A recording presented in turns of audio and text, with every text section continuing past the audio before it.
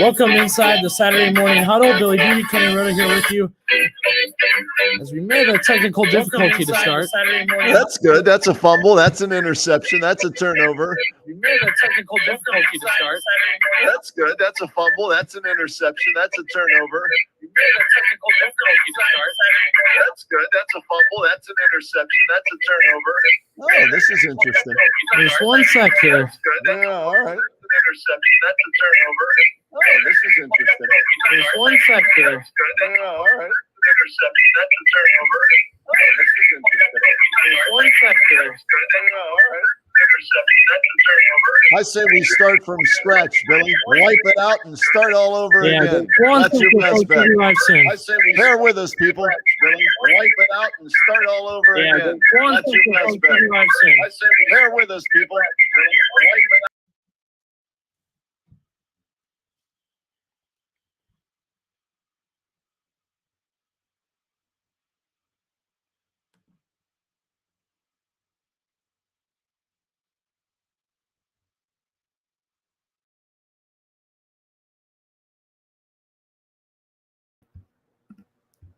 All right. Interesting start to the show, but we're back. Billy Beebe, Kenny Rhoda with you live as the Saturday morning huddle is officially underway there with a little bit of backfire there. Everybody just got a little excited. Kenny, we're ready to go. Another great week of high school football after that. My game, another win for the Pups, 5 in a row for McKinley. They looked great last night with a 40-7 win over Glen Oak. They ended up having the WHBC Player of the Week in Cynceir Mcneal, who was terrific. Again, you can kind of see the stats here, Kenny.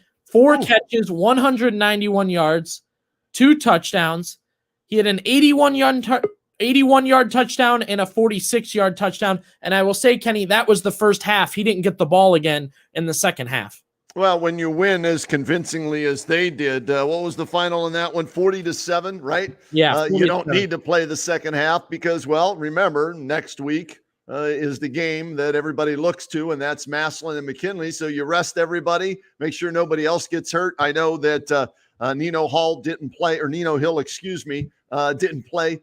because of a thigh bruise in that. So they want to make sure nobody's injured for next week. So he put up those numbers in the first half. So McKinley at least has a share of the Federal League Championship with that win last night over Glen Oak.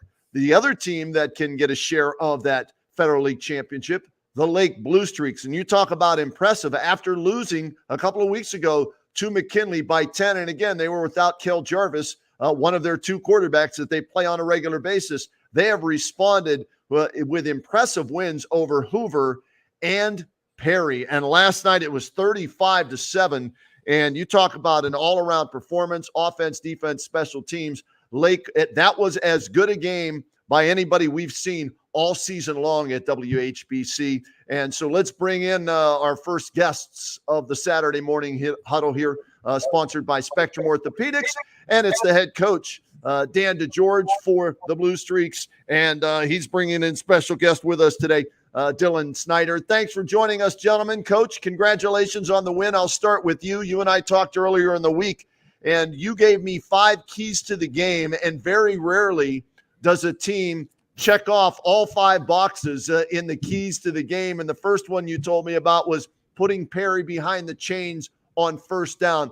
That seemed to really be the biggest key out of everything for you guys as you dominated yesterday. How happy were you with that complete win? Yeah, appreciate you having us. We played very well defensively, worked hard all week, just trying to understand the wing team. My defensive staff did a great job.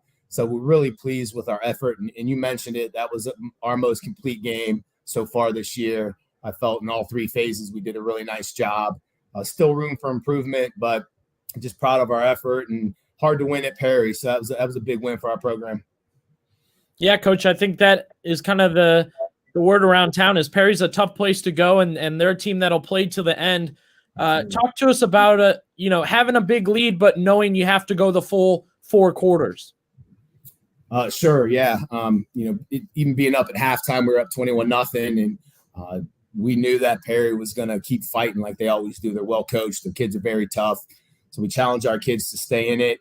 A very physical game, both sides for us. So just proud of the way our kids kept fighting to the end. Again, we took a lot of positives from watching the film this morning, but still not perfect by any means. So there's some things we can fix, and we're going to approach this week to go 1-0 and get better at the things we struggled at a little bit. All right, let's bring in who's sitting right next to you, your outstanding wide receiver, Dylan Snyder. And Dylan, the preparation the last 2 weeks, I've been impressed, like I said earlier, with the way you guys have responded following the loss. What was said in the locker room, forget the coaches, amongst the players after that loss to McKinley? Because you guys have responded whatever you guys told each other. Yeah, it's just been huge. Like, we're just trying to hype each other up. And I'd say it was more of just that loss, like, encouraged us just to play that much better, both defensively and offensively. And, like, even in special teams, I'd say we were so mad that we lost that I think coming back and getting those 2 big wins was huge. Dylan, as a wide receiver, I mean, you guys are running the ball a lot, but you're also passing a lot. How do you kind of mentally stay in it when you know some drives are just going to be a running drive and some drives you'll get an opportunity? Well, for me, I'd say I actually have fun when that happens because I get to go hit a DB. So it's like I try to like mess around with them. And I'd say our other wide receivers are kind of like catching on to that. They like going out and trying to hit somebody. And I just think if we're going to run the ball, we're going to come back and maybe even pass the ball to me. So, or any of our wide receivers.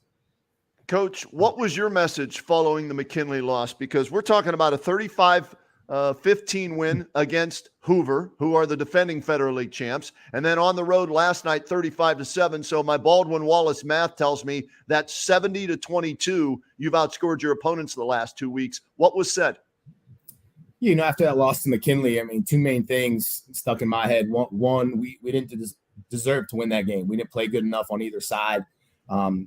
Sort of smacked us in the face a little bit, and we challenged the kids to respond to that. And one of those perfect scenarios where you can tie the game of football to life. I mean, you're going to face a lot of adversity in life when you're a father, a husband, when you have a job someday, and how do you respond to that adversity? And to our kids' credit, man, they've really fought back. Like Dylan mentioned, they were not happy that we lost, and I love that. And so we challenged them to get better what we put on the field, and they've done that the last 2 weeks. So you never want to lose a game, but in our situation at this point, it might have been the best thing that happened to us because it relit the fire under a lot of our kids.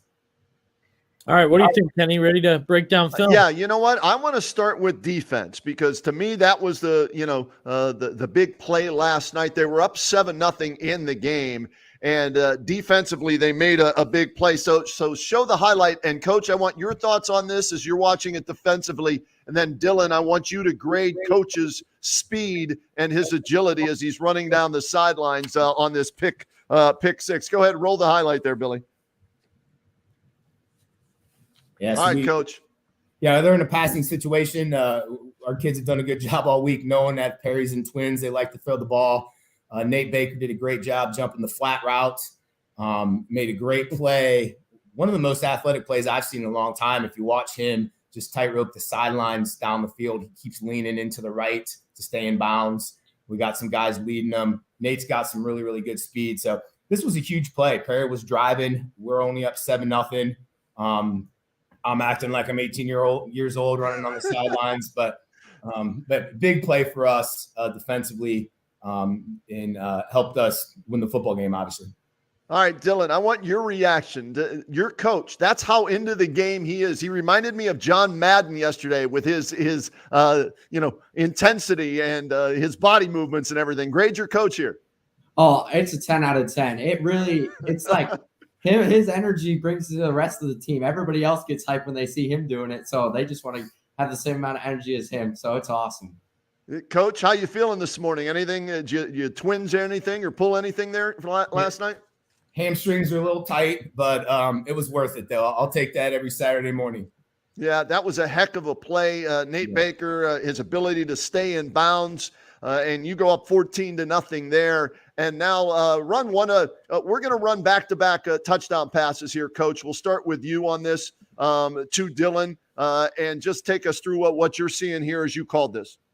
Yeah, so this is just a little stop and go into the boundary. And we threw a couple stops earlier to Dylan into some of the other receivers and got 5 or 6 yards. And we noticed that the corner kept stepping up. And Dylan's really good with the speed, with the double move stuff. And we knew we could take a shot and probably win the battle with his speed. And it was a great route and a great throw as well. And did a great job catching it and staying in the end zone. So another big play for us. All right, run this again, Billy. Same one, because I want Dylan to take us through how you set this up, Dylan.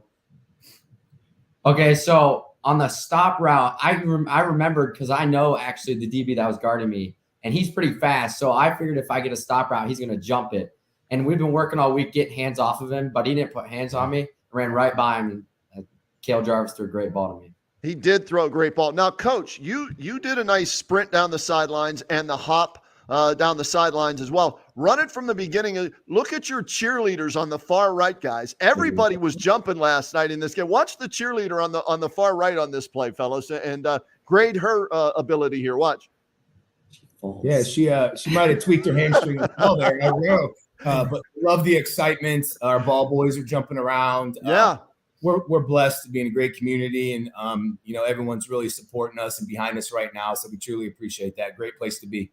All right, so that's a stop and go. Then run the next one, Billy, because I was in perfect position for both of these. I lucked out. Every once in a while, you get something come your way. Coach, take us through this play. Sure. Very similar concept, but we ran what we call a sluggo, which is a slant and go. We had hit Dylan earlier on a slant where he got inside the corner for a big gain, about 20, 25 yards. We felt like the corner was squeezing. We talked with Dylan about how to set that up, get inside him, and then attack his outside shoulder. And that's exactly what Dylan did. And then his speed obviously got him away from number 4. So just an example of, we talked about this at halftime. Dylan was zoned in. He ran it exactly like we needed to do it. And obviously the ball was a great pass from Cale as well. So one of those things as a coach, when you feel like you can get a play, and when your kids buy in and they listen and they're athletic enough to do it, it's pretty cool. Yeah, and Dylan, for you, how often do you work on just route running? Forget, actual catching of passes in practice and that. We hear, the route tree, wide receivers need to be able to go up and down the route tree. How often do you work yourself just on running routes like that? Oh, I work on it like in practice a lot because our DBs like know our plays. So I got to figure out how to run a different way each time so they don't know what I'm running. So, I work on my footwork and I want to run my routes every day. Yeah, a little bit of iron sharpens iron there. Dylan, a lot of what we see at the receiver position gets to be a one-on-one, right? It's just receiver and corner, maybe some safety help, but walk us through, what you're thinking. I know you talked about you knew this guy by that point in the game, but normally every game you got to take on a new corner, and it's usually going to be one-on-one. I just think I got to be better than the dude across from me, and I think I'm faster than him, so I got to set him up on a route and just run right by him. That's how I think. Coach, this kid's averaging, I think, 24 yards a catch this year. Obviously, the speed is a big part of that, but you and I talked after the game last night, the fundamentals of these routes and the blocking for that matter. He seems to be a complete wide receiver. Is that a fair assessment on my part? Yeah, Dylan's done a great job. He's an example of, someone last year, he was injured, didn't get to play a lot.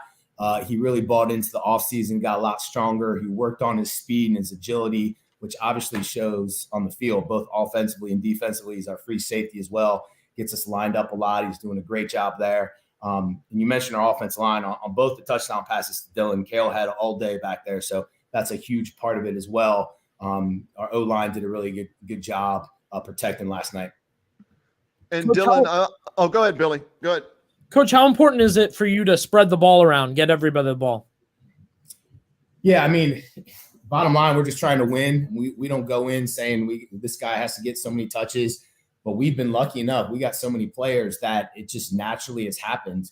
I'd love to get the ball to Dylan more. I'd love to get the ball to Nate Baker more, to be honest with you. They deserve it, and they're good enough to make plays, but you also have Matthew Solberger, Will Butler running the ball and throwing, Cale throwing the ball around.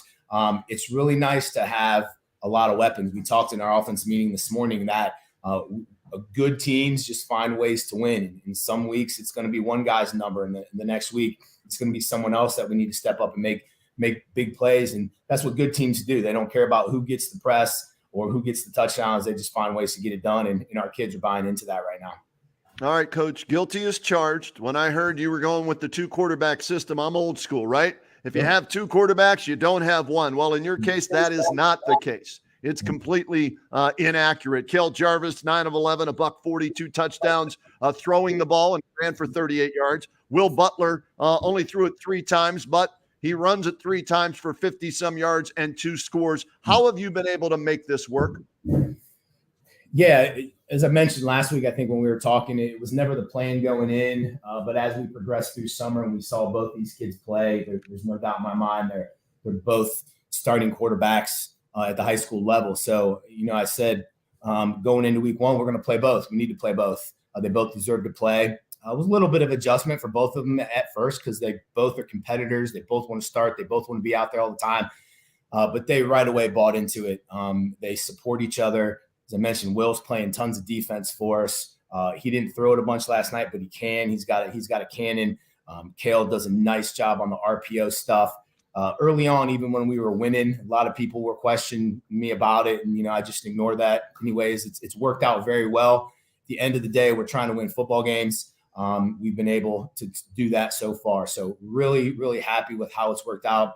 My offensive staff, my offensive coordinator, Frank Pilata, my quarterback coach, Mark Gulling, played a huge part in this as well because all the guys are getting their touches. I think going into last week's game, and I'm not a big stat guy. I think, Kenny, you might have asked me this, but I think Will had 800 yards of offense. Kale had 801. And Solberger had 800. Baker had like 5-something. We never planned it that way, but that's just proof there that we have some really good players, and that's not throwing Dylan's numbers in the mix as well.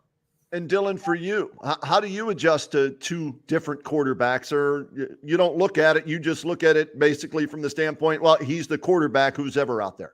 Yeah, it's whoever they throw out there. I mean, we've become close as a team with both quarterbacks. So it's just Will playing defense, like Coach said. He gets tired. Kale's got to come in and step up. But they're stepping up when the other one needs them, and it's just fun having both of them out there.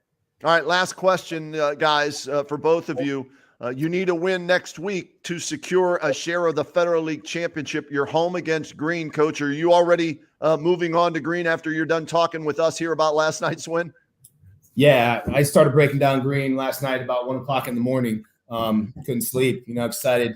I was running around like I was 18, so I acted like I was 18 last night and stayed up pretty late. But no, we're taking the let's go 1-0 approach. Obviously, the game has a lot of implications with the chance of winning the league title. And we talked about that a little bit this morning. We're not going to talk about it tons this week. We're going to keep doing what we've done the past 2 weeks and find ways to improve, find ways to win, go 1-0. Like I mentioned, if that happens, we'll have our first league title in a long time. It's been too long. So, but we got to play. Green's very well coached. They have some really good athletes. They're going to be hard to defend with what they're doing. We go from having to defend the wing tee to having to defend 5 wide, no back stuff. So it's a big challenge for us. And, we got to limit the distractions this week and just try to win a football game.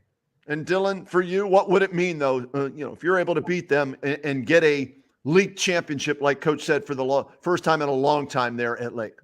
Oh, that would be huge for me because I haven't got to play most of my high school career, and coming back and having this great season and winning it with like some of the people that are hurt that I don't get to play with, and just the team in general, it would be just crazy to me. Guys, fantastic win last night. Thanks for getting up with us today here on the Saturday Morning Huddle. We appreciate it. Good luck next week against Green, and I think we'll be seeing you in the playoffs too. We didn't even talk about the P word yet, so we'll wait till that happens. All right? Great. Appreciate you guys having us. Thank you. Thanks for what you do.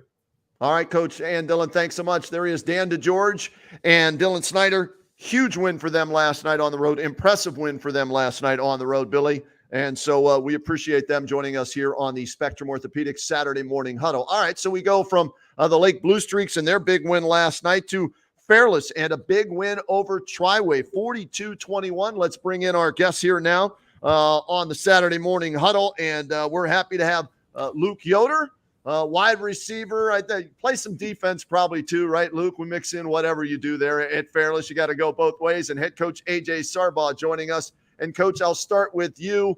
congrats on the win last night. And did you think if you get a win last night, you still might have a shot at a share of the Pac-7 title as you were heading into last night's game, or no?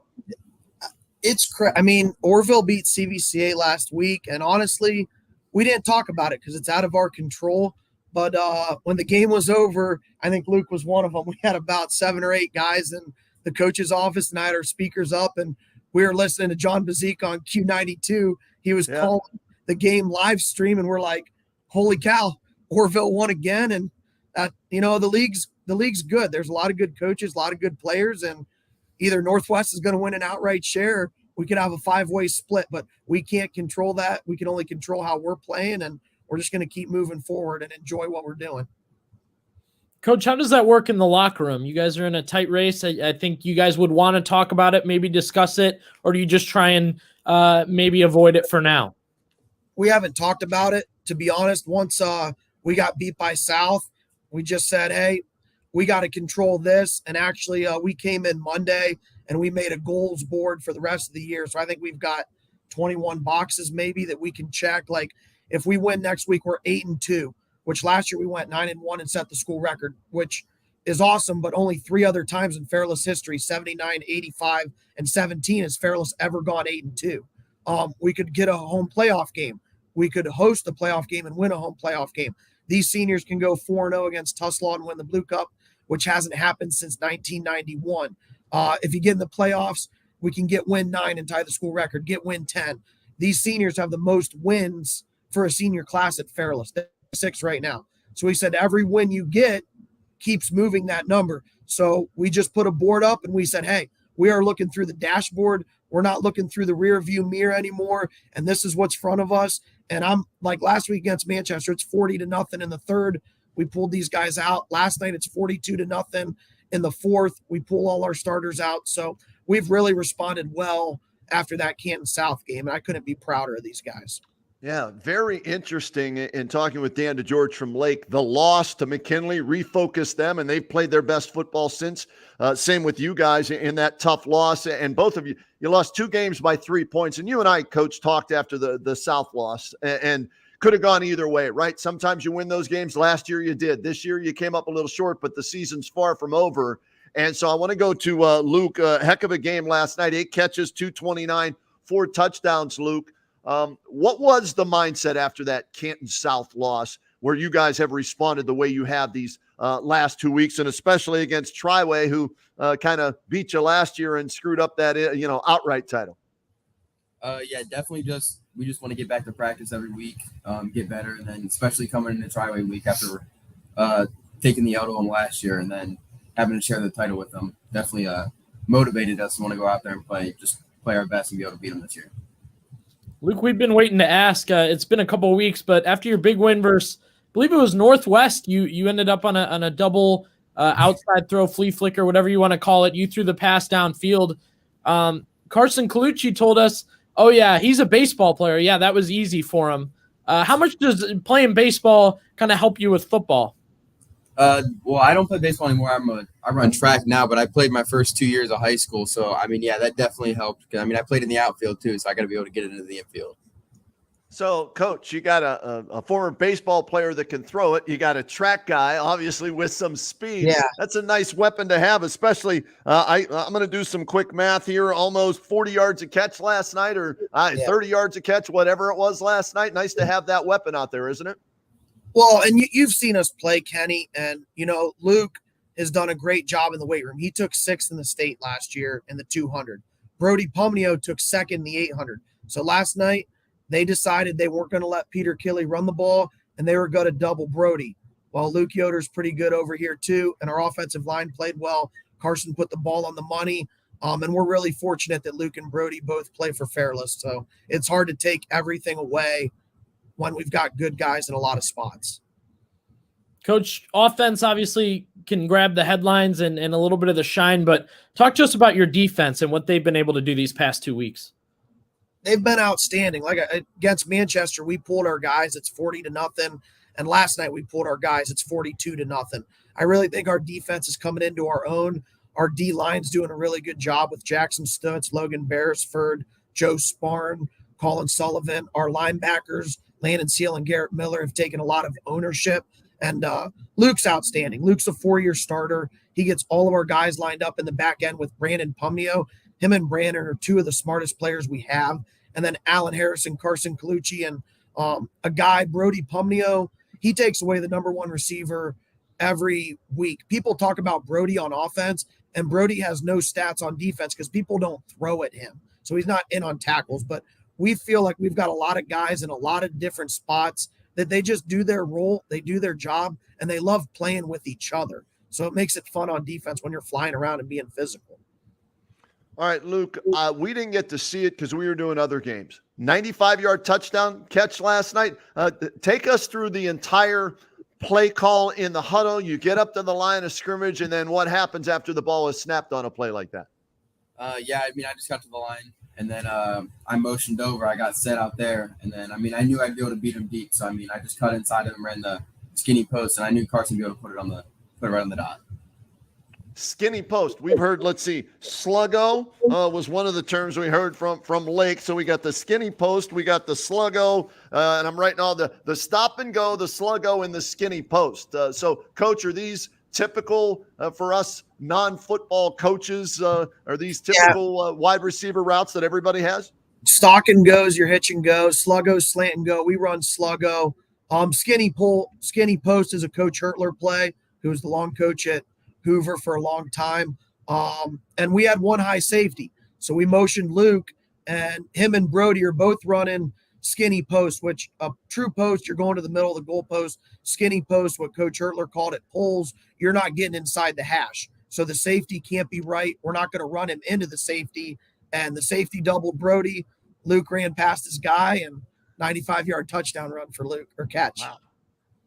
Coach, again, with the play calling, is there times that you see something and it doesn't work and you think to yourself, if I try that again later, it'll work? Yeah, and I think that's where high school football has changed so much. Going back to Coach Hurtler, like we talked, it with Huddle sideline now, it's like cheating or stealing. It's unbelievable. You call stuff, and then you're able to look at it on the iPad seconds later, and it's like, oh, they lined up in this. Well, before, you've got guys in the box, guys on the field, and you're guessing. You might not be 100% correct. And now you see how they're lining up the stuff, and you've got option A, B, or C. They're going to take this away. We're going to with Luke. So, calling play, I don't want to say calling plays is ever easy, because those guys are, getting into different stuff on defense as well, coverages and boxes, but you can think so much clearer now with that iPad or with that TV when you're seeing it live. You're not waiting until Saturday morning to look at the film.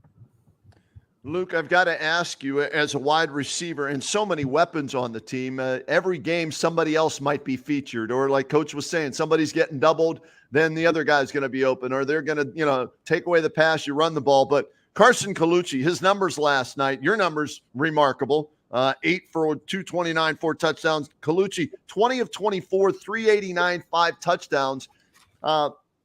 What makes him such a good quarterback and the perfect quarterback for the offense there at Fairless for you and your wide receivers?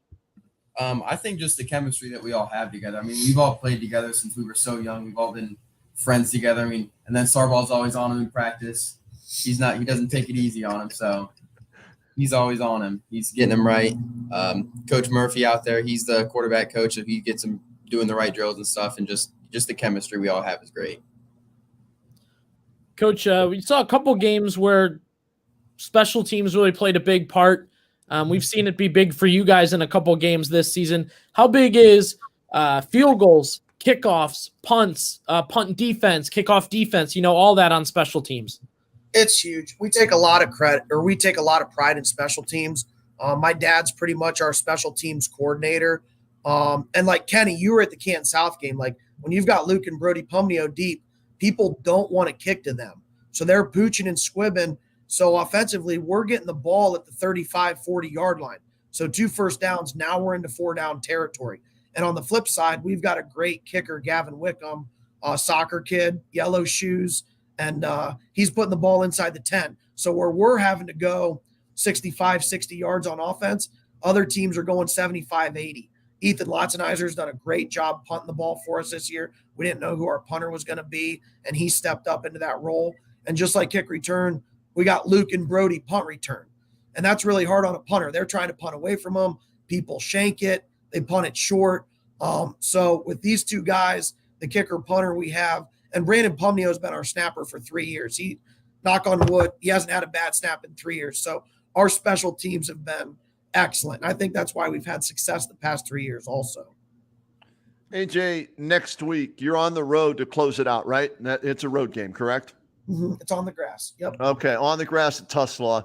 Blue Cup at stake also, though, maybe, possibly, you get a share of the Pac-7, so you'd be back-to-back, champions in that. So what's the focal point for that game against Tuslaw? It's a rivalry game. There's a lot at stake. There's computer points, playoff seeding, so much at stake. How do you approach that final game? I've told our kids this, and Luke will tell you this. I think one of the best things I took from Coach Hertler is he always said there's a preseason, there's your non-league, there's your league schedule, and then for us, it was Jackson week, and now it's Tuslaw week. Like, this week is a season in itself. You can't take anything for granted, throw the records out the window. Tuslaw's kids are 0-3 against us. They're seniors. That they're going to do everything they can to see that Blue Cup. There's not many schools in Stark County that play for a trophy. It's like a bowl game. We get to host a trophy at the end of the game, whoever wins. If Tuslaw wins, they make the playoffs. It's a great rivalry. Like I said, we're on grass. It's their senior night. So throw everything out the window. I think Coach Gulling does a great job. Me and Matt have a great relationship. I really respect him. His kids play hard. They do things the right way. And we know it'll be a 4-quarter game on Friday. So going back to that, it's a season in itself. We got to have a great week of practice. There's a lot of distractions. There's stuff every day with Spirit Week. When we want our kids to have fun and enjoy that. You're only in high school once. But when we get on the field, we got to take care of business. Coach Kenny and I talk about it each week. A couple of the different leagues and standings are changing. We're looking at all the teams having great success and really playing hard this season. What's it mean to you to be coaching in Stark County, keeping up with other teams and watching the success in the area? Stark County's second to none. It's an honor. It's a privilege to be a head coach here. And there's so many good assistant coaches and head coaches. I don't think people realize that how many assistant coaches, like, obviously I'm biased, but my dad's been coaching the county 37 years. You've got Al Check at Northwest, who's been there for 40. There's people at Glen Oak like Rennie Wilson been there for 30. There's so many assistant coaches and head coaches. To be a coach in Stark County is special. And then I don't think I realized it growing up because I was always at the Hoover Jackson game week 10 or McKinley Mass. Like, you go to Fairless Tuslaw week 10, yeah, it's a smaller school, but it's sold out. Like, the game is just important to these kids and these communities as it is those big. It doesn't drop off. Yeah, the stadiums are maybe a little bit smaller, but high school football is so important here. And I think I realized that when I was at Mount, and I'd bring Mount guys to the Hoover Jackson game, or when we got out of college, we went to the McKinley Massillon game, and they're looking around and couldn't believe the people and the buildup. Like, they were from Columbus and Cleveland, and until you go somewhere else and see it, you just don't realize it. Like, I'm so fortunate to live in Stark County here and coach kids like Luke, and Fairless is a great place, and we're really proud of what we're doing. But I'm just honored to be a part of the fraternity. I grew up watching WHBC on Friday nights with Ed Glass and Jim Johnson and listen to Sammy Berkwin and now Kenny on the radio. So to be interviewed by WHBC and Dan Belford on our games, like, selfishly, I'm living a dream. I mean, I'm 31 and I'm in Stark. There's no place better than the coverage you guys do in the repository. I don't think our kids realize how special it is and what they have here, because it's second to none. And Coach, to your point, here we are doing this new show Saturday morning, the Saturday Morning Huddle, because of how important high school football is in Stark County. And we want to get as many, coaches, players, names, faces, information out to all the listeners, viewers now with this crazy social media that, us old people like me, you're young like BB and Yoder there. I'm a dinosaur compared to you. I think you could add all three of your ages together and it just might be slightly older than me, but that's why we did this and we're having fun with it. And we want to get guys like, Luke on the show talking about playing for you and playing for that blue cup. And Luke, let's go there. What would it mean to you to get another blue cup and finish 8-2 and see what happens in the Pac-7 if you're the one team that beat you there a couple of weeks ago? You're going to be pulling for them maybe. Yeah, I mean, it definitely feels good. I love going into week 10, just knowing that I have all my boys by my side playing for that blue cup. And then, I mean, we've beat them all 4 years. Well, all 3 years. Hopefully make it this 4th year. And then, I mean, yeah, I love going into week 10, just all the spirit stuff. You got all the stuff going on at school, all the stuff. You got the parade to go on, the pep rally, and all that stuff. It's just a great feeling. All right, Coach, I got a question for you. Yeah, I covered Keith Wakefield a couple times. When the weather changed, his wardrobe did not. He wore shorts, he wore a rain jacket, and that was it, no matter how cold it was. Weather changes. What are you doing clothes-wise? What are you changing into as you drop from, we start at 85. Yeah. I think we were at 45 yesterday. I don't change. I'm still shirt and tie and vest, but I'll put a pullover and a couple layers on. But that's who I am, and that's what I'll always be. So shirt and tie and vest and a couple layers on top. It's good branding. That's good branding.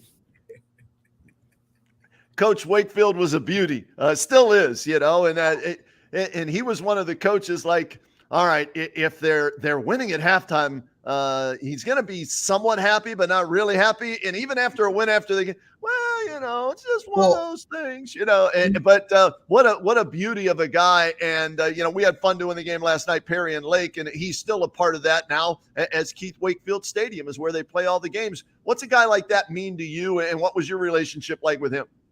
I've known Coach Wakefield since I was little. Coach Wakefield, my dad is in the Stark County Wrestling Hall of Fame, and Coach Riggs and my dad are tight. And Coach Riggs tried to get my dad to leave Hoover at one point and go coach over there with them.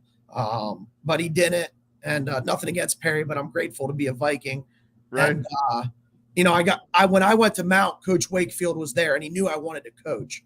So me and Coach Wakefield would talk X's and O's.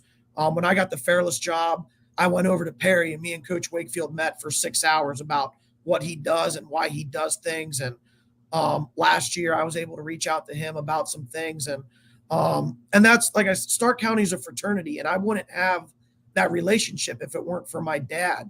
And Stark County people look after Stark County people. And he's always been good to me since I was a water boy. And I got to coach against him as an assistant at Hoover. And, he's been good to me. And I'm really fortunate that these older guys take me under their wing. Like I told someone, Coach Spider Miller, who I played against, I was a player, he was a coach. We won a couple weeks ago, and he said, congrats, and they won. And I said, congrats, I'm really happy for you. And he texted back, love you, son. Like, that to me meant the world for me. Like, Spider Miller is a guy that I look up to. Him and Keith Wakefield and my dad and Hertler, DeMarco, these guys, they've done it for so long, and they've done it the right way, and people have respect for them. And that's what, like yesterday, me and Coach DeMarco were texting. He said, you're the young guy. You've got to carry the torch for the county and these young coaches. It just means a lot. There's so many good coaches you can talk about in our county, and the list goes on and on. So, like I said, to be a part of that, and those guys, there's not a coach in Stark County that I haven't reached out to that hasn't said, come on over to the office and let's X and O it, whether it's, Trucker's been great to me. Scott Garcia's been unbelievable. Dan DeGeorge. I've been in Nate Moore's office a couple of times. Antonio Hall's been good to me. Like, I'm a young guy that tries to soak it up, and everyone's taken me under their wing. And it means a lot. All right, one last thing, and we'll let you guys go get back to film study or whatever you're doing on a Saturday morning. And we appreciate Coach Sarbaugh joining us and also bringing along one of his outstanding players, Luke Yoder. You see on the bottom of the screen there's the Pac-7 standings. Northwest 5-1, Canton South 4-2, Fairless 4-2, CVA 4-2, Orville 4-2. All right, so Northwest, I believe, is on the road at Canton South. And should Canton South, get the victory, there'd be a five-way tie there, as we started talking about this at the beginning of the interview, Coach. Does that just, I guess, back up how balanced this area is and how good the teams are in these different conferences? We're going to have probably a two-way tie for the Federal League Championship as well. It's tough to win an outright championship in these conferences. Is that just a testament to how good football is in Stark County and the surrounding areas? Absolutely. I think you've got a lot of good players, a lot of good coaches. There's, and I've mentioned him a lot. Me and my dad were talking the other day. I think his first 3-4 years at Hoover, there was a 3-way tie with us, Lake and Perry, us, Lake and Jackson. We tied with Triway last year. There was one year there was almost a 4-way tie in the Federal League, and back Lousiville and Northwest used to tie in the EBC, and Minerva Alliances had their share. Like it's so hard to be good every week and win a league outright title. And it just speaks to the volume of the coaches and the players in the county and the area, because every week you have to bring your best game. Guys, thanks so much for getting up with us here on the Spectrum Orthopaedics Saturday Morning Huddle. Congrats on the win last night. Good luck next week against Tuslaw, and we'll talk to you guys down the road, all right? We appreciate Kenny, I got to give you a hard time. What'd I do? 99.9 WTUZ was at our game last night, and we won, so we did the Ring of Fire. They had 2 guys in the middle of the ring, and they were bragging afterward that they are the first media outlet to be in the Ring of Fire. So we got to get you back for a game so you can get in there. Yeah, I was hoping a couple of weeks ago that would happen, but it didn't. So, kudos to them. I hope they enjoyed it one of these days. And I've got a good Johnny Cash voice too, Coach. So Awesome. I think you'll be impressed with that. And I told you I'd sing it on the air the next day after I'm inside the Ring of Fire. So I think you'll be impressed with my Johnny Cash impression. All right. Looking forward to it. Thanks for having us on, guys. We appreciate it. All right, guys. Be well. See you. There you go. How about that? Possibly a 5-way tie next week, Billy, for the Pac-7 title. It's amazing. I mean, when you think about that, that's crazy. Yeah, absolutely. And that's kind of exciting, right? Coach Sarbaugh was doing it last night, and then next week he'll finish their game, and he'll probably run back in the office real quick and tune into some other games or be watching online or checking things out. And it's that time of year. It's like March Madness in football. I kind of like it. The standings always crazy, and great to talk with Luke too there, Kenny, just a little bit about what he's accomplishing in an offense that we've seen do so well this season. And of course, you got to love when he gives credit to other guys on the team, not only his quarterback, but other players on the offense and the rest of the defense. And I'm excited to see you get in the Ring of Fire. I didn't know you could get in there. I thought that was for exclusive. That's what Coach told me, he said, "Hey, you're more than welcome." I said, "No, I'm looking forward to it. I was going to film it and do the whole circle dance or whatever they do there and sing along with Johnny Cash." So it'll have to wait maybe for a playoff game this year if we get out there, or next regular season. All right. So a lot of teams playing for conference championships, right? Still in the running for those. If you're an independent, you don't play for that. What you do is you play for computer points and trying to make the playoffs. And last night, a huge win for Lousiville, 24-17 over Notre Dame Cathedral Latin in double overtime to keep their playoff hopes alive. And let's bring in right now the outstanding head coach there, Troy Davis, along with quarterback Charlie Roberts. Gentlemen, thanks for joining us here on the Spectrum Orthopaedics Saturday Morning Huddle. Congratulations on the win last night, Coach. Overtime, first one I think you guys have won there at Lousiville in about 25 years. It was crazy environment. It went deep into the night, and the fans were excited. The student section surrounded us in that last those 2 overtimes. It was an exciting place to be. Coach, you talk about excitement. You noted to me you might not be ready to go today with a sore throat from last night. What happened there? Yeah, starting at halftime, there was a lot of extra yelling going on from there till through the end of overtime, and actually, at the end of the night, I could hardly talk at all, but it was better this morning. Yeah. All right, Charlie. What was he saying at halftime, or can you not tell us that here on the show this morning? It was some yelling. It was a one-on-one conversation with me and Coach, and it was, we got to step up and win this game. So I'm glad that we did. Charlie, last time we had Coach on, it was after another close win. It seems like you guys like it that way. Is there a little extra boost when the game's tight like that? Oh, yeah, for sure. Definitely I'd say we're a second half team, and in the green win and I'm trying to think. Northwest green and NDCL. It was all, tight games, and, we're ready to go in those situations. All right, we're looking at your numbers on the bottom of the screen. We hope they're accurate. Those are the ones we got. $155, 2 touchdowns. Take us through what it's like as a quarterback. You're the general on the field, right? It's going back and forth, and then, okay, we get to overtime, and then you got to score. What's your demeanor in the huddle? How do you make sure everybody stays calm, with you as well? Well, I think the biggest thing was in the first half, the offense was really struggling and the defense was playing amazing. And it was, keeping the defense into the game and, knowing that they're playing hard and the offense might not be working right now, but in the end that the offense was going to get there and keeping the team together that way. Charlie, kind of trying to be in your head a little bit here. We know you scramble. We know you roll around. When you drop back to pass, and you obviously have a play in mind, you might have a receiver in mind, how do you decide, all right, it's time to bail, I got to go? And we've seen you make a lot of great plays doing that, but how do you decide it's time to get out of the pocket and run? Usually I'm watching a backer, see what he does, and on his movement, I'm moving too. So that's what I'm watching. All right, Coach Davis, for you going into the overtimes, is there a game plan before the game? Do you even think before the game, all right, if we go to overtime, this is our approach, or nope, you just react on the fly? Well, I'll tell you what, one of our mottos, as you can see behind us, is 48 minutes or as long as it takes. Last night it was as long as it takes. But going into overtime, as soon as we hit overtime, I was thinking, man, I can't remember the last time I've been in overtime. And then going back through the rules and making sure our kids knew all the rules in terms of, interception is a dead ball and different things like that. And you get one timeout, no clock, you got one first down, all those things, trying to teach our kids so we could play overtime smart. But yeah, we were not expecting to enter extra minutes last night, but we were happy when we got there. We knew our run game was working. Short yardage run game at that point was working. And I'll tell you what, a lot of credit to Charlie. Charlie pulled out some great plays in those double overtime.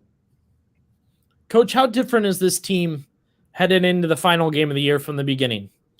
Again, last night, our kids at Lousiville always play hard, and they do play through the final whistle of the game.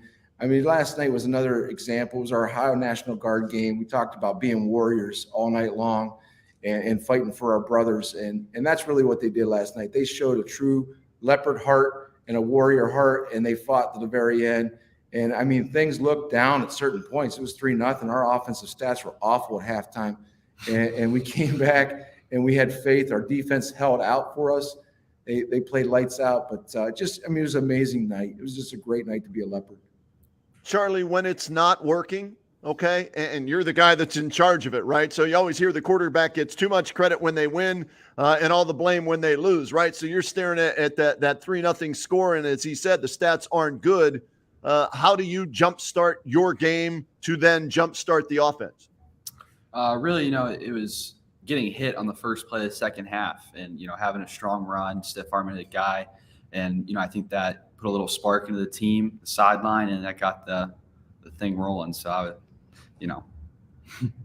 And nice to have Chase Mueller there, right, for a couple of touchdown grabs to get you guys on the board?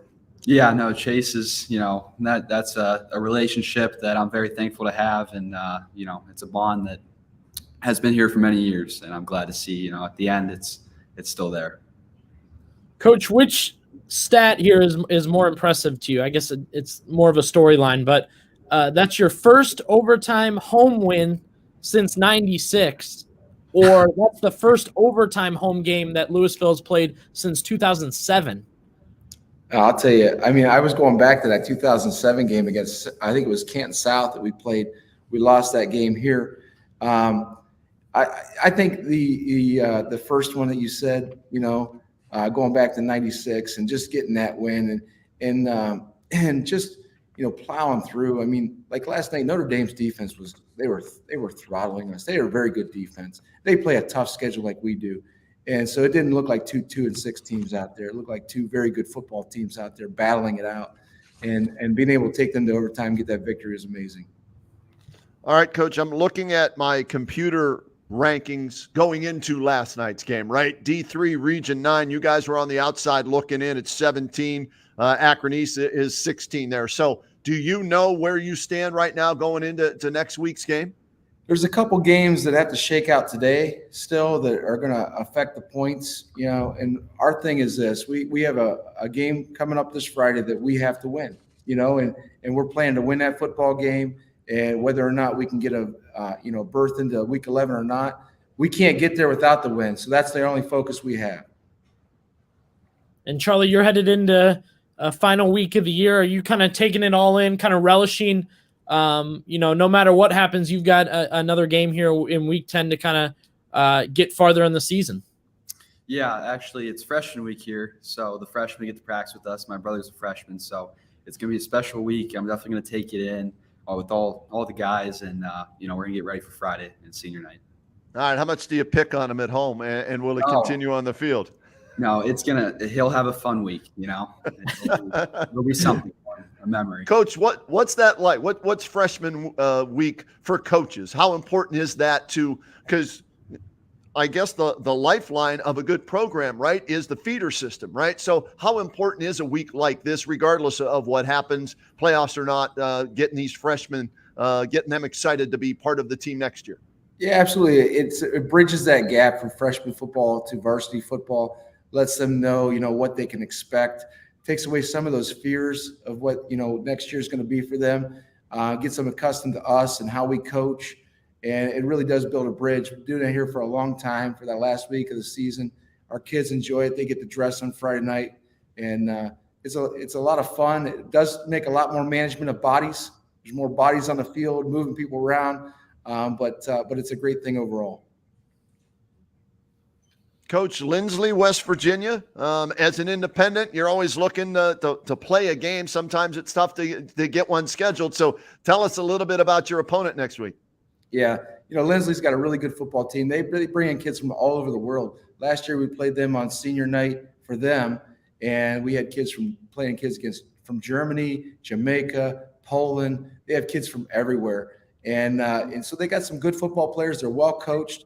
Last night they beat Dover. 2 weeks ago they beat Steubenville. They beat them both by 1 point. They have a good football team. They execute well. We're excited to have that matchup. Last year we were able to get them in the last seconds. We beat them, I think, by 7 points. Chase caught a big touchdown pass at the end of that game. And so we get to bring them to our place this time. We're not playing in the mud like we were last year. Right. But they have some serious athletes. They have some speed. Charlie, does your game change at all in the cold? Not really. No, I thought it would. This is my first couple quarterback starts, so I thought it would. But I'm not wearing sleeves. I'm braving through the cold, and it's been definitely a different experience than playing in 90-degree heat. Yeah, no. Hey, I walk the sidelines, and I'm an old man, and it's tough just walking the sidelines. I can't imagine playing 80 plays in 90-degree heat and everything like that. So maybe it's a nice breather for you, right? When we get into what is known as good football weather in Northeast Ohio, right, Charlie? Yes. No, definitely makes everything better. Hey, Coach, we appreciate you getting up here on the Saturday morning huddle with us. Charlie, you as well. Congrats on the win last night. Good luck next week, and keeping our fingers crossed you guys will get in the playoffs for Ben Stover and Leopard Nation out there, so they have somewhere to go come postseason time, all right? Sounds great, guys. Thanks for having us. Thanks for all you do for high school football. Thank you. Thanks, guys. Good luck.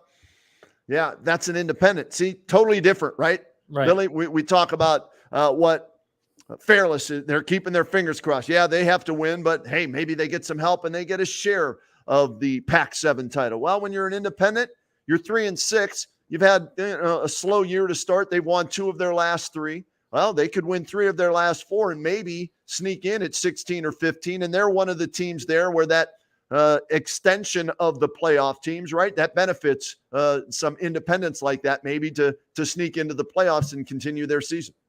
Yeah, I agree. And it's one of those things where we talk about the competitiveness of the area. Lousiville's had one of those things, Kenny, where they're competing all season long. And that's why it comes down to 10 weeks. It's important to them to keep going at it, because at a point like this in the season, they could look back and say, man, that win against Green we had was huge. That could have been a loss on their schedule. Nope, they battled back. They get a big win. Next thing you know, they've got eyes on playoffs heading into the final week. And they're always a great guest. Two guys today, and then coaches come on with us a couple times this year, and always great to hear about the program and their goals and what they're accomplishing on a weekly basis. Yeah, you know what's interesting too, the different perspectives as I'm looking, and if you didn't get one of these at the beginning of the year, shame on you.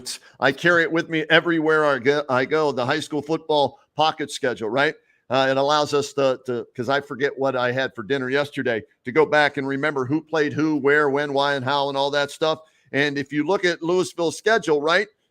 Correct me if I'm wrong here. Huge win against Northwest, right? That was a big win for them. So with the Pac-7, if you're Fairless, you're rooting for Canton South to beat Northwest so you can get a share of the Pac-7 title. If you're Lousiville, you're rooting for Northwest to get a win, right? So they can get more computer points. The more Northwest wins, the bigger that win is for Lousiville, and it might help them get into the playoffs.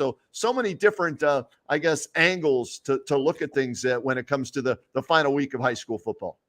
Yeah, I agree. And it's been great to talk to different coaches, different players throughout the year, because you kind of get a read on what they're thinking midseason. And then, of course, now as we're late in the season, the storylines have changed, Kenny. The standings have changed. The ideas of what a team was in week 1 to now. I mean, I think there's a couple teams that, honestly, I think they are now what they were in week 1, in a lot of ways. And sometimes that's all right. I think that's a game plan they may have. So been a lot of fun to kind of keep up with these teams on Saturday mornings. Yeah, absolutely, without question. And throw our player of the week up if you can, Billy, real quick, and then we'll get to our next guest here. And there you have it. How about those numbers for player of the week, Cynceir McKinley? And you told me, Billy, that was what, in a half, right? That's all it was in one half? Yeah, Cynceir. He didn't, it was kill clock time in the second half. So they were running a little more and a couple more QB keepers. So that was his first half numbers. And you can see the big earner for that, Kenny, is 81 yards and 46 yards. Yep. And he can credit that 81-yard touchdown. He caught it on a 10-yard quick curl, and he had another receiver come up and block both the free safety and his man. It was a huge hit, and he was able to streak the sideline after that. So a big night for Cynceir McKinley, and a little teaser here. We got an interview with him coming up later in the show. Talking Maslin, talking about the game last night. He's a confident guy, and that's a fun interview that we'll be able to take a listen to. And we'll hear from Antonio Hall, the head coach of McKinley. But right now, we want to bring in another head coach who got a huge win last night over Manchester, 35-16. The head coach at Northwest, John DeMarco, joining us once again. Coach, we appreciate the time this morning on the Saturday Morning Huddle. Thanks for joining us. Congratulations on the win last night, Coach. What was the key to an impressive victory, setting yourself up maybe for an outright now Pac-7 title? Well, we got off to a little bit of a slow start, but I think our defense played really well throughout the game, but they really set the tone, shutting down Manchester's attack, and it gave our offensive line an opportunity to get figure out what they were doing up front, and able to take control of the game a little bit there in the second quarter. We were able to score a few points and have a nice lead at half. Coach, it's a tight race here towards the end of the season. A lot of games matter. Are you surprised by the competitiveness of multiple teams on your tail and multiple teams kind of looking at each other, see what they're going to do? No, this is a very good conference, so I'm not surprised at all. Every year it's very competitive like that. This year it might be more competitive than it has been in some time, but it's a good conference, and that's what you want out of your conference. You want to have that coming down to week 10 with a number of teams able to do something. Coach, we always hear that adversity reveals character, right? You guys lose a game early in the season. You guys have responded since then. Did you know that about your team, that they would respond that way, or was it, I'm going to wait and see how they respond because I'm not sure? Well, these are young kids. You never know how they're going to react. You always hope they grow from every experience they have. And these kids really have grown from the experience, and each week they just keep getting better and better. And that's what we preach, and they've been able to do that. Coach, you talk about how the players react, how kids react with everything happening. How do you keep everybody focused on week 10? You got playoffs coming up. You got the conference up for grabs. How do you keep everybody focused on Friday night? Well, we try to take it a week at a time. And, looking at our conference, you got to take it a week at a time because you never know who could knock anybody else off. But we really do take it 1 week at a time. And, we got an opportunity here this coming week to take the championship by ourselves. And, so it's easy to concentrate this week on what we want to do. How were you able to do that this week, Coach, against Manchester to make sure they're not peeking ahead? They knew what game was on the schedule coming up, right? And you probably are thinking, well, we're going to be tied going into that game, and you're not. But how did you keep your guys focused on Manchester? This week was a little bit easier than the week before. Manchester is a rivalry for us, so it's a big rivalry game, and you never overlook a rivalry. And I think our kids worked hard all week, and we're pretty fired up about it. It was senior night. It was our last regular season home game. There was a lot of activities going on for our senior football players this week, and I think everybody was dialed in and looking forward to playing this game. And also with a rivalry a game, you can't take a record into account, because a lot of times a rivalry game, that record doesn't mean anything.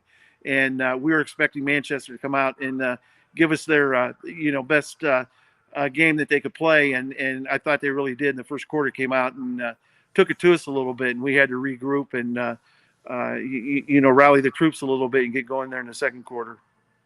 Coach, you've been a part of a couple teams over the years. How does this one stick out to you, over your career coaching?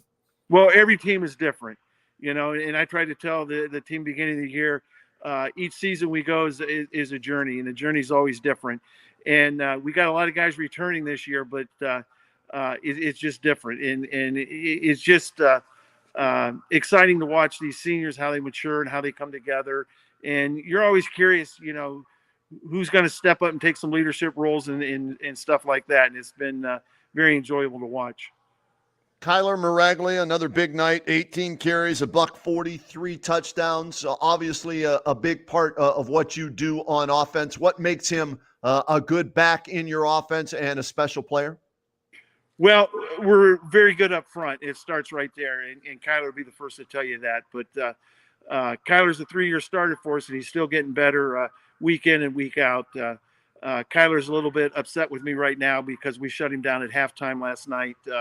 He's got a few carries on the year, and anytime we get an opportunity to take the ball out of his hands, we look forward to that. And hopefully the next week he'll be a little bit fresher. He ran 35 times 2 weeks ago, and last night we were able to limit him to 18 carries in one half. So he also seems to get better as the game goes on, which is really a good trait of a really good back.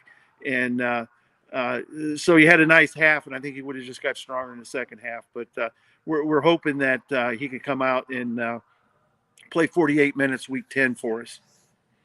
Coach, do you have a special guest with you? Can we bring him in? We do have a special guest, and let me tell you, he's special. All right.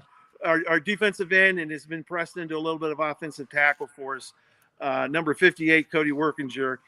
We're just looking over our stats the last 2 weeks going into last night. He had 12 tackles for loss and 3.5 sacks in 2 games, and just plays with the motor and gets after it. He's all out all the time in practice and Friday night. And here's Cody for you. All right, great. Always good to you know what? We call them the big uglies on the offensive line. I don't know what you call them on the defensive line. The guys that get after the quarterback, edge rushers, I guess is what they call them these days. But Cody, thanks for joining us. Congratulations on the win. Defense never gets enough credit. Obviously, you hold, that team last night, Manchester, to 16 points. What was the key defensively for you guys to limit them? Our relentlessness has been – the coach has been pounding that in us all season long. Just keep fighting. That's all it is. Cody, I did your game against Lousiville, and I'm doing the game, I'm doing the announcing and getting us over the stream. I keep noticing though, good or bad, whatever happened, I keep seeing a group of people going nuts. There's a squad of people going crazy. They all got matching sweatshirts on. The working crew, is that your family? Yep, that's my family. And then they're definitely representing well, showing up for you.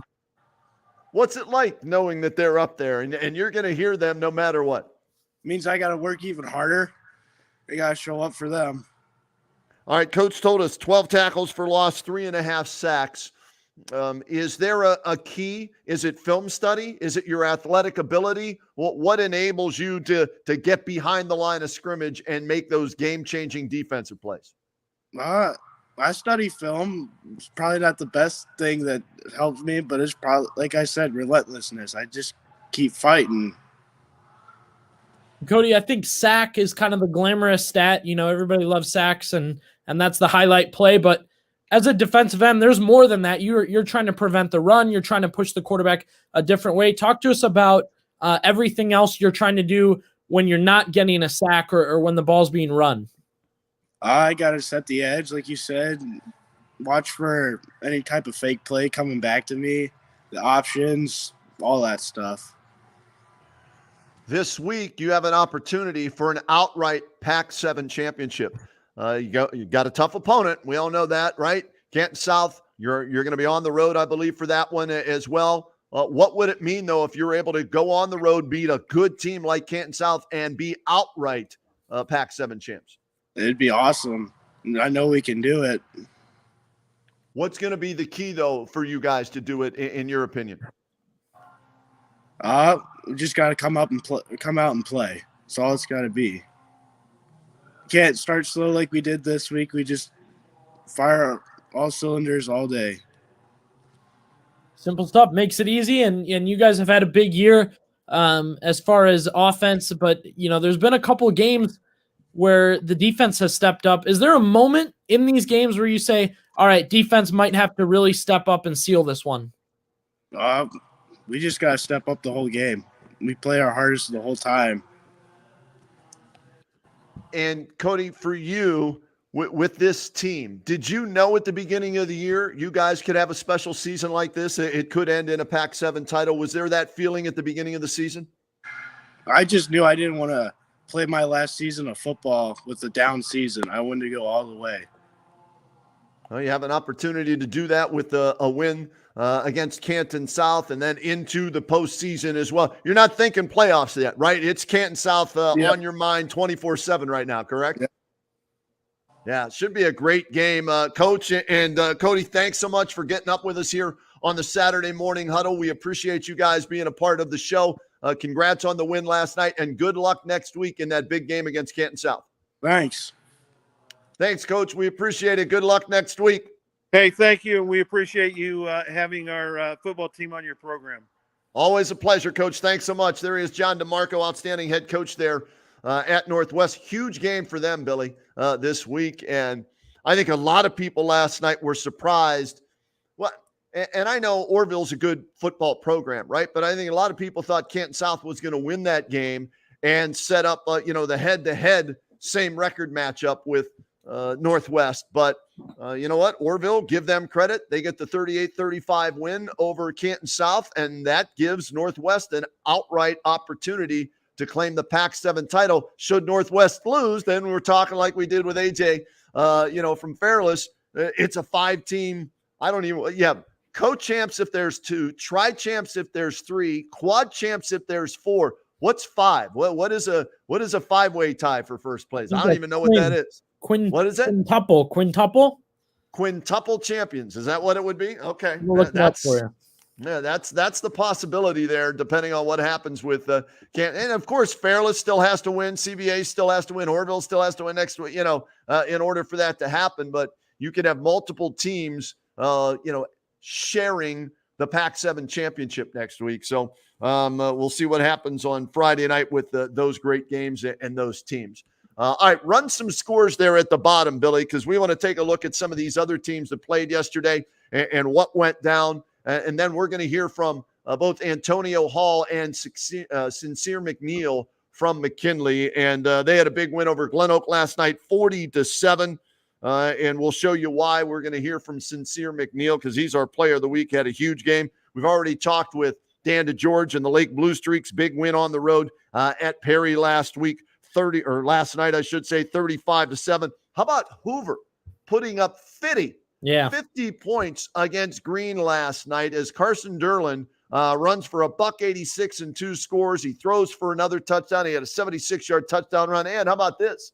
I think I got a follow from him on Twitter last night too. So Carson Derlin helping Hoover beat Green 50-20. Hoover's defense, and Brian Baum's going to love this, 3 turnovers created, 3 sacks on defense. So Hoover getting ready for their big rivalry match this week against Jackson.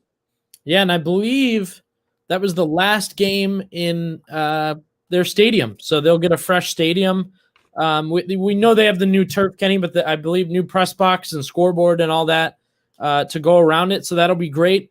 And congratulations to Hoover as they kind of continue on with what's been a good season. Your game, we saw just a couple teams really step up and take it away. We just talked to Northwest that did that. Lousiville a little different. That was a tight one. But in my game, McKinley was they were in control from the start. Glen Oak did a great job of trying to fight back, but McKinley, they're on a roll right now. Kenny, I've been watching them over the past 3 weeks. I've done their game, and Cynceir Mcneal has been terrific every time. Keaton Rohde is such an aggressive quarterback. He's such a team leader out there. He's one of those guys and he's vocal. I've seen him out there. He's vocal, but Keaton Rohde is one of those guys. He's doing it on the field. You see him kicking. You see him, scrambling with the ball. You see him get up on kicks and roll down the field and still try and make a hit. So we're seeing towards the end of this what's really making teams successful and what's making them stand out. And Hoover, like you said, turnovers, offense, defense, special teams. Fairless did the same thing. Northwest has been a team that, I've called them the quiet contender because they were 2-2, and I think a lot of people kind of pushed them to the side, kind of forgot about them. Next thing you know, here we are, and they're ready to wrap up the Pac-7. A lot of great stuff right now in high school football. Zach Rocker with a pick 6 and a 24-yard touchdown catch for Hoover as well. They'll be playing Jackson this week. Jackson beat Central, came from behind to do so, 21-14. Jason Davide just keeps rolling along, 29 carries, $161 on the ground, 2 more touchdowns.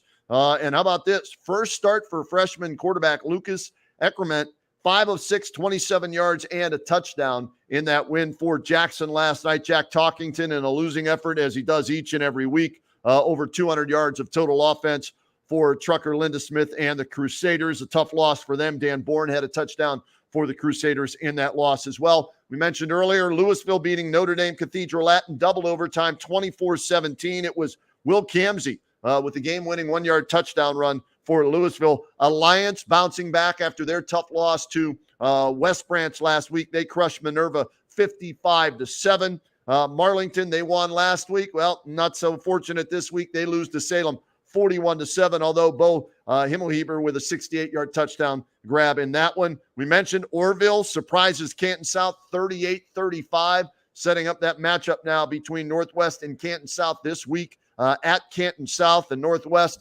they didn't overlook Manchester, their rival last night. Kyler Maraglia, 18 for 140 and 3 touchdowns on the ground. Chase Badger, 7 of 11 in the air, 164 and 2 touchdowns. They are guaranteed a share of the Pac-7 title, Northwest. They can win it outright with a win on the road at Canton South next week. Fairless, we talked with Ajay Sarbaugh earlier. They double up Triway, 42-21. Carson Colucci, 20 of 24, 389 and 5 scores, 4 of them to Luke Yoder, who was on with us earlier. Tuslaw loses to CVCA 35-20. Troy Harbentner, 23 of 35, 287 and a touchdown in a losing effort. Also, Thomas Snyder had 13 catches and 155 yards for the Mustangs and a touchdown. Sandy Valley loses to Garaway 33-7. Buckeye Trail shut out East Canton. Surprising result in that one was an offensive struggle for both teams. I saw in the paper combined, Billy, only 280 yards of combined offense for both teams in that low-scoring loss. The Hornets take it on the chin 7-0. Mogador beat St. Thomas Aquinas. Okay, you say, well, Roadman, they lost another game. Well, at least they got to play a game that week, right? Yeah. And we're hoping enough guys stay healthy so they can play the Holy War this week on Thursday night against Central Catholic. And we mentioned West Branch, Drew DeShields, 32 of 47, 360 and 5 touchdowns. So they didn't have a hangover from their big win over Alliance last week. They went out and got a nice win over Carrollton, 42-21. And if they beat Salem next week, they are the outright EBC champs. So there's a look at all the games in and around Stark County. Billy, what jumps out at you there of the games that we just ran down? Yeah, I think there's a lot happening. I think Hoover, right? Hoover takes that 50 piece. I know that's a big win for them. And then, of course, we were kind of watching Green to see how they wanted to finish this thing out towards the end of the year. And as we've broken down the scores, we've talked a lot about where everybody stands. I know we'll have our interviews here in a second. Kenny, 2 burning questions. I think 2 questions everybody wants to know. And one is, I think, a general question. The other one I concocted, and I want to hear from you, okay? Okay. The first one was a comment here. How many teams from the Federal League get into the playoffs? I think the question is, how many aren't? Because the Federal League's looking good going into playoff season. Well, we're looking. I've got from this past week, right?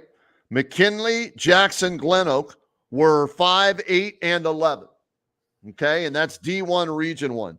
Then you go to D2 Region 2. You got Lake at 3, Green at 7, Hoover at 9, Perry at 13. So you're looking at Glen Oak. No, they're in, right? So you have 17 teams in D1 Region 1. So it looks like Glen Oak's going to get in. So what is that? 1, 2, 3, 4, 5, 6, 7. So that means all 7 teams. All of them. Yeah. All 7 are going to, looks like, going to make it to the playoffs depending on, or let me rephrase that, have a chance. All 7 have a chance. Right. Haven't seen the updated stats. And of course, what happens next week matters too. But as of week 8, all 7 were in the playoffs.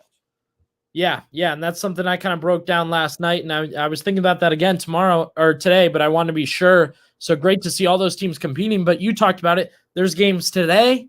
There's games Friday. There may be more games Saturday. We know there's games Saturday because McKinley will play Massillon. I mean, there's a lot happening. Now, here's another big question for you, okay? Who is, obviously the Green Bulldogs could be them again, but who is kind of the Green of this year? Green made a sneaky great run to the Final Four. They were terrific late. Is there any team that you have your eye on that you say, man, when they hit the playoffs, they've got a chance to really get in the driver's seat? Oh, great question. Lake, last night, I came away. It's the first time we saw Lake this year, right? I came away extremely impressed with their physicality, with their balance, offense, defense, special teams, with the fundamentals being so well coached. Dan DeGeorge in his 10th season, this I think is his best team, and a lot of us, and I told him I was guilty of this, right? Well, okay, they're 4-0. Let's see what happens when they get in the Federal League. Well, they had one hiccup, and that was against McKinley. And, that game, that's the only game that Kel Jarvis didn't play, or one. If he missed 2 games, that was one of them. I'm not 100% sure, so I'll correct myself and say at least that was a game he missed. So that's one of the few games they didn't have the 2-quarterback system, right? And we questioned the 2-quarterback system. How is this going to work? Well, the one game they didn't have it is the one game they lost. So it obviously is working for them. So, I think, they have a chance now. They're in a tough region, right? So you're talking about, can they go far in the playoffs? Well, they're in the region with Massillon, Westerville South, Sunbury, Big Walnut, always there, Dover, Green, Hoover, Perry, so that's going to be tough, but that's where Green went last year and made it all the way to the Final Four. So I think Lake, if they can stay healthy, I think Lake and Massillon would be a fantastic game. I really believe that would be a matchup down the road that I think a lot of us would like to see. I also want to see what Alliance can do when they get in the playoffs. Tough loss last week. They did not play well against West Branch. Too many turnovers, too many mental mistakes, too many penalties, but they have that 1-2 punch of Zerbrug and Davis right on offense that can really do some damage if they can get things shored up, on defense. I want to see what they can do. And I also think Central has a chance. But again, you look at these regions that some of the teams are in, and bear with me here as I find this. They are Division 6, Region 21. Well, Central's number 5 going into last night's action in that region, right?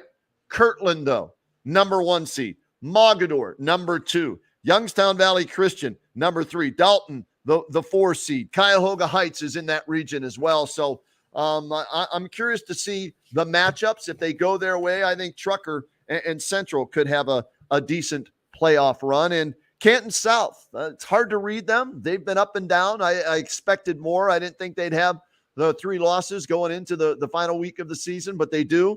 If they're clicking on all cylinders with Poochie Snyder, that's a fun team to watch. But we're going to find out more about them this week against Northwest. They've got Northwest at home. So if you want to play that game, you want to be the home team. So let's see if they can knock off Northwest and create that possible. What's it called if there are 5 teams, Billy? What did you say it was? I think it's quintuplet.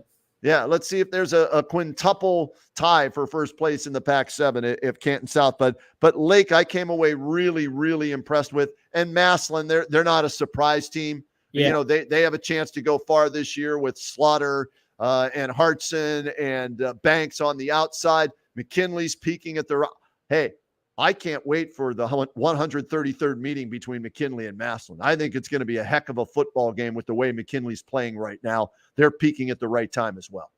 Yeah, I agree. I would say McKinley.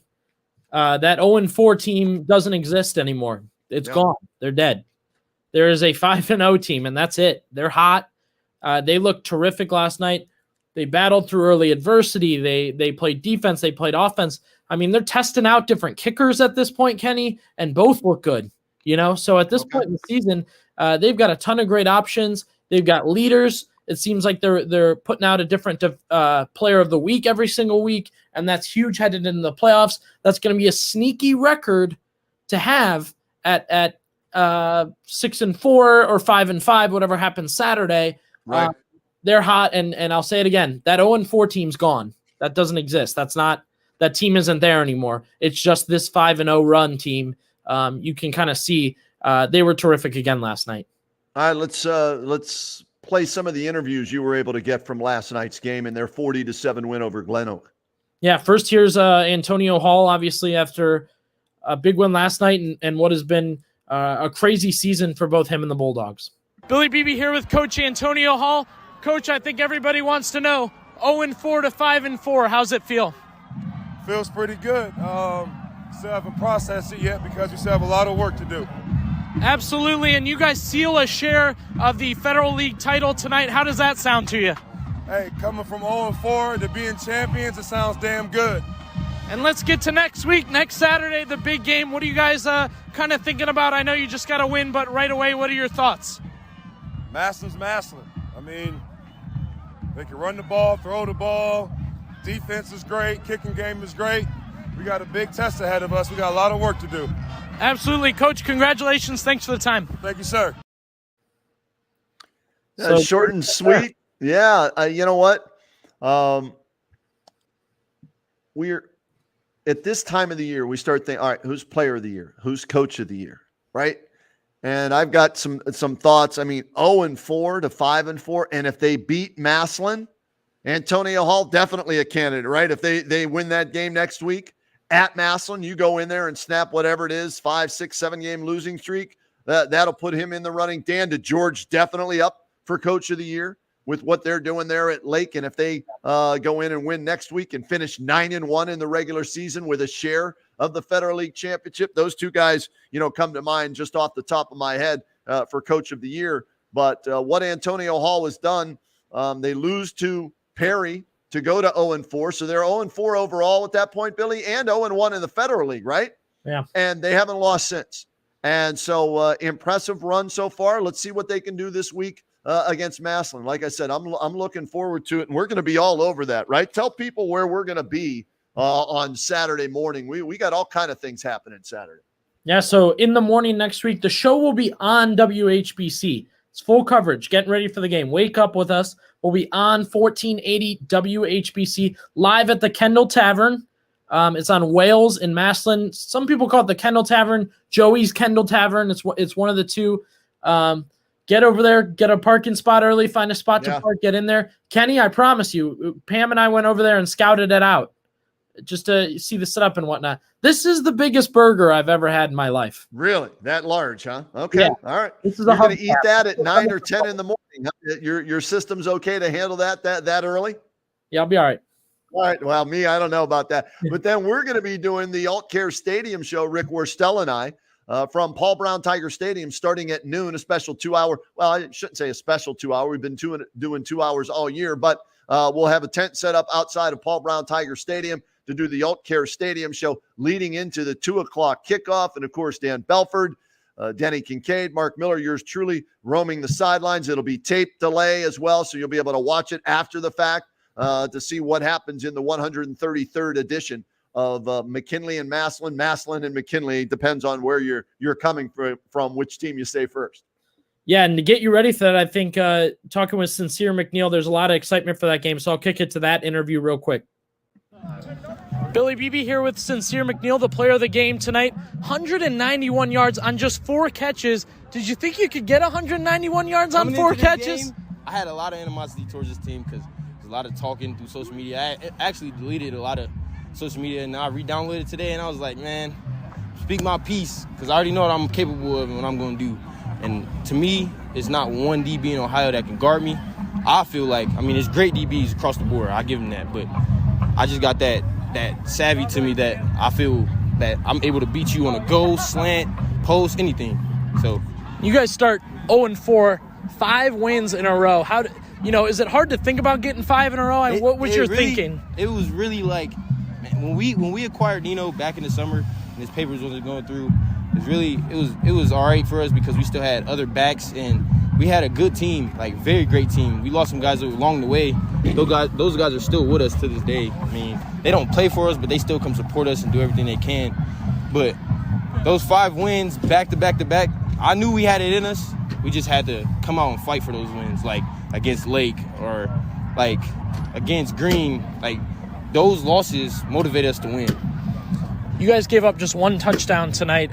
What are you guys saying to the defense as you kind of change off the field? So our DBs, we strapped in. We don't let no passes. Even though they get some, they get lucky or they might get their little routes or whatever. But we tell our defense just lock in mentally and physically. Don't let nobody outwork you. Our D-line, as you can see, we got Kyler Jenkins. He always in the backfield. Vontae Ivory, he's always in the backfield. Garrett McCole, always in the backfield. Guys like that. Absolutely. And these are all veterans and seniors, so I'm really proud of my guys, and I love them to death. One more question. Massillon next week. What are your thoughts? I know you just finished with Glen Oak, but everybody's pumped for Saturday. I'm very pumped. Last year, I had an okay game, had a couple catches for a couple of yards. Wasn't nothing too major, but this year I got to come bring my A game, and so did they, because, like I said, I believe that nobody can guard me. Mm-hmm. They're going to have to show me that they can lock me down. It hasn't been one DB that has done that this year. I've caught every ball that's came my way, and I blocked very good on the perimeter, so they're going to have to man up, see me and my team. Absolutely. Thanks, Cynceir. Appreciate the time. Thank you. That's a confident kid, huh? Yeah. Hey, you win player of the week. Why not? He had a good game there. And, man, does that quote stick out to you, Kenny, for Cynceir McNeal after winning player of the week? No, you got to prove you can guard him. No, it's just a confident kid. And look at his numbers. Well, why wouldn't you think that way? 4 catches and 191 yards and 2 touchdowns in the first half. We've said it, throughout the year in the games we did with McKinley, get him the ball somehow. He's a mismatch on the outside. And I've seen him haul in touchdown grabs this year. He does block well. So the question I have for you is, I saw in the paper since you did the game last night, Billy, Nino Hill, thigh bruise, only 1 carry last night in that win. So any concern there with him for this Saturday's game against Massillon or no? You know what? Maybe if he didn't play, but they put him in. He got, I think, 2 or 3 drives. He just was out there. So okay, all right. I had asked prehand, and is there any injuries we should know about? No injuries that they wanted to note. George and I inferred it would be a rest day. Right. And it kind of was. They came out throwing the ball, so they didn't really need him out there. And then, you saw the 1 carry, and I think he had a chance at a screen pass that was high, and, okay. we were willing to keep him going. So, like I said, this is a game, and I've been floating this theory around. Some call me crazy, some not. I said, if it was a normal McKinley year, Kenny, I don't know that this game, they'd come in as ready as they are for this game, right? If they're sitting at 6-3, or a little bit better, that they've kind of glided through the season, had 1 or 2 losses that they could have won but didn't. I think the adversity they've faced, the distraction of having to win 5 in a row, taking the Federal League, I think that sets them up well into this game. Last year, they played a very good first half against Massillon. And then In the second half, Massillon dominated the game at Tom Benson Hall of Fame Stadium, picked up another easy win. So, if you're looking at baby steps, all right, we played 24 minutes last year. We need to play 48 minutes this year. Now, Keaton Rohde also left with an ankle injury, limped off in the game, Billy. So was that just precautionary? Get him out there, and so everybody's as good as they can be for this Saturday's game against Massillon? I noted he was being aggressive yesterday. I maybe to a point that I don't think Antonio Hall was happy because, he kicks off for them, and he had kicked off and ran a little too far towards the tackle, and he got into it with somebody, and then they were still running QB draws towards the end of that game. So he was taking hits late, but, you could hear he was the one yelling for Cynceir Mcneal at the end of the game. He was in good spirits. He felt good. So I think everybody looks healthy. And like you said, there were some bang-up plays, but they're ready. I think McKinley's ready. And, again, we talk about quiet contenders, Kenny, and I know we got to wrap here in a second. We've taken our eyes off Massillon just because they've been, coasting, looking good. They had the two big wins, right? They take down St. Ed's, and then they take down Fitch. Everybody's pumped. That's a big win. Since then, I think we've all kind of taken our eyes off them as they've glided through. Massillon's just as good as they've been in a lot of these years. They look terrific. So I know we've talked a lot of McKinley. We've been at their games. I've been at 3 straight games. This is it. This is going to be a big, big game next Saturday. So come hang out with us at the Kendall Tavern in the morning. Tune in for the pregame show. Stay tuned with us after the game. All that. Yeah, and I've seen Massillon a couple times this year. It's as complete a team as Nate's had. Lost to Moeller, but they were in that game in the first half. Got away from them in the second half, but they didn't quit. Beat Eds, impressive. Ardell Banks and Cynceir Mcneal, we're going to see 2 of the top receivers in the entire state of Ohio in that matchup, and we'll see maybe on the flip. Hey, maybe they're covering each other. Offense, defense, offense. Who knows? So should be a lot of fun. Looking forward to that. Hey, got to give an update, Billy Beebe. WHBC Press Box Food Fight Challenge. As we're through 8 weeks. No, we're through 9 weeks now of the high school football season. Here's how it stands right now. Your top 5 schools feeding us guys in the press box. Number 5, the Massillon Tigers will be back there again this week. Hot dogs, sandwiches, and chips. Ron Privich from the 64 state championship team fed us. So we've got Massillon in at number 5. The Fairless Falcons, Krause's Pizza. Great pizza. We enjoyed that before our game against Canton South a couple of weeks ago. Perry, the 3737 Kitchen, the culinary arts program there at Perry, they come in number 3. Old Carolina Barbecue at Alliance last week, fantastic. Ryan Bailey and that food, outstanding. One of my favorite restaurants ever. So they're in at number 2, but in at number 1 still. And they have a chance not only to finish number 1 in the WHBC Press Box Food Fight Challenge, but number 1 in the Pac-7 outright with a win over Canton South.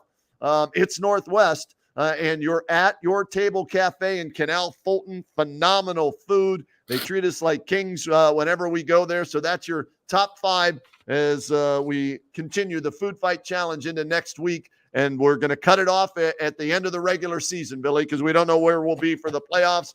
But next week we're going to be at, how about this? Central. Let's see what you have. We got you on Thursday night. Jackson, let's see what you have. We've got you on Friday night, and then we're back at Massillon on Saturday. 3 games next week on WHBC. So make sure you tune in for all 3 of those games, Thursday, Friday, and Saturday. Yeah, I think we closed the show with that about the same way every week. Kenny Rhoda's getting fed like a king, and I'm getting my pregame Chipotle, as always, on my own because I know there's nothing for me at the games, which is fine. I'm all about the broadcast, Working your way up the food chain is what we call it in the business, BB. No doubt. Paying my dues. Excited to do it. And, man, we started with some technical difficulties today, Kenny, but, I know that's good luck. I thought in my brain, I go, that's good luck for the rest of the show. And it was a great show today. Yeah, we better stop before we have any other technical difficulty. You might have just jinxed it. So end this thing and let's get ready for a hell of a week 10. All right. Stay tuned. We'll see you in the huddle next week.